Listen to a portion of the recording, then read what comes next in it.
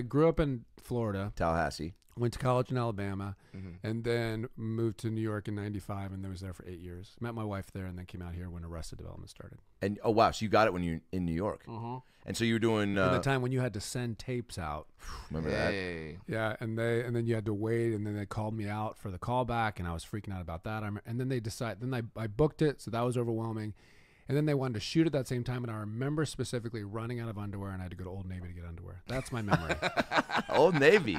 Give a little shout out. Hey. By the way, we'll take some Old Navy underwear if you guys want that if sponsor they to want to hold sponsor up. this podcast. I mean, yeah. How was New York? Were you classic New York actor living? I mean, like. Yeah, I did. You said that's when you were doing commercials. My first theater show was Shakespeare in the Parking Lot in the East Village. We did Tammy of the Shrew in the East Village. And then I just cater waiter. Did you guys ever cater waiter? Is that like working at a big party? Yeah, because I hated waiting tables because people can get so irate about food. But cater waitering, you just pass out the same food, and it's just these parties, and you would pass out the food, and you didn't really have to talk to the people. Yeah, and no one has too many special orders unless you know what I mean. It's not like, can you do this but without the tomatoes, but add mushrooms. Yeah, and take no, you're getting what you're getting. Yeah, and then I would pass out flyers in Bryant Park. I would temp. I'd do all kinds of, and then I started doing commercials, and that's when I was able to kind of make some money off acting. When did you become a full-time actor? I'm not doing any other odd Well, it jobs. took me 7 years to find a TV and film agent because people only saw me as a commercial actor. Wow. And I remember pilot season would always pass by, and I'd be like, this is so frustrating. And then this manager took a risk on me. And that's how I kind of found another manager, and then that's when the Arrested audition came out. Wait, so they would see you like, in commercials and they be would like, just that's see about me the extent of his skill set. And they would just kind of see me as the quirky guy who does a lot of commercials, and they never saw that No imagination. Yeah, they need to. And it was frustrating. I learned a lot though, and that that children's book, a lot of that came Archibald. Archibald. Yes, because this is another meta moment, but like my time in New York, I was like, I'd get so frustrated. I'd be like, that sitcom's coming.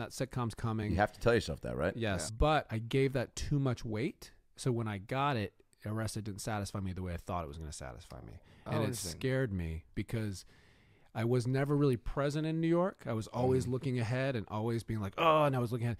And the thing is, if you're not practicing contentment where you are, you're not going to be content when you get what you want. And I got what I wanted, and it scared me. And so the children's book is about a little chicken who's always looking to his next thing and missing where he is. And he's got the bee sidekick. And the bee's like, you got to just be, man. You got to just be. The bees are beatniks. That's great. Oh, yeah. New character. And Archibald, people can get the book anywhere, yeah? It's on Amazon, and the cool thing is it's the show that you did a voice on, and it's and now he's a very present chicken, and so he yes hands his way through life. He sees the best in people, incredibly positive. Oh, that's a really important message, and whatever job you're in, I mean, hell, Adam and I as headlining comics, like when we were hosting, all we wanted to be was headlining comics. And now we're headlining comics, and we're thinking, we're not doing theaters. No, I want to be as a juggler. Yeah. Wait, how long have you been doing it? 15 years. Wow. Yeah. I started Did you when I was start 19. here? Yeah, because I was born and raised in Orange County, so yeah, my first open mic was at the Laugh Factory right down the street. Really? Yeah. Would you guys say is your top? I don't know if you can say this. Yeah. Top 3 venues. I would say maybe not just LA. Your top 3 venues that give you the most joy to do them at. Well, let's break it down into comedy club, theater, and because Comedy Works in Denver. Yeah, okay. That is, it's underground. It holds about downtown club 250 maybe. Yeah, and is it a vibe that you're like? Yeah, I like this vibe. It's the intimacy. It's the I think all comics in a comedy club love the intimacy, but still obviously like want a good amount of people in there so you can make money, and the laughs are really excessive. But it's underground. It's the acoustics are amazing. It's also Denver. I mean, Brad's been there so many times, can attest. Like, so I would think. This might be an ignorant question, but when I'm doing theater, I kind of like. There's a part of me that doesn't want to see the audience because, of course, you can kind of escape a little bit. Yes. But with stand-up, it's just the opposite. You like to connect. I do. I like to see the first couple rows. Okay, but not everybody. Yeah, if it's a packed house and you could literally see every single face clearly, then there are moments as you're talking where you kind of realize what you're doing. You're watching yourself. Yeah, you're like, wow. I'm up in front of 350 people just getting mad if they're talking. It's all about me. Like, you selfish fuck.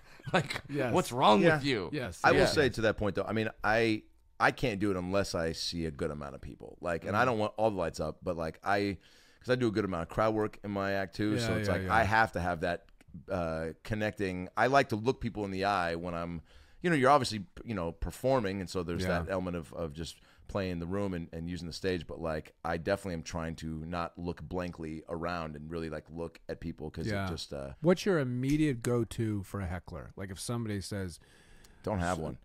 I'll work every moment differently. Yeah, you adjust.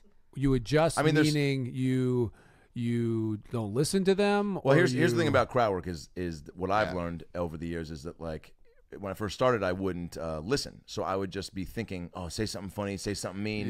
Because I wasn't listening, they'd say something, and then I'd be like, so that, and then whatever it was didn't coincide with what they said. And then when you get comfortable enough to, like, trust yourself to actually build the moment and even have some silence and kill it with kindness is what I do, so that I have jurisdiction to slam them if I have to later. And the crowd's on your side. Because if you're mean out of the gate, unless you're a roast comic, people go see a show and Jeff Ross's, somebody does something and Jeff Ross immediately puts them down. People go, because that's what we're here for. But I love that you said it's the same as acting. You listen. You can't be in your own space. You have to listen. It's about last night.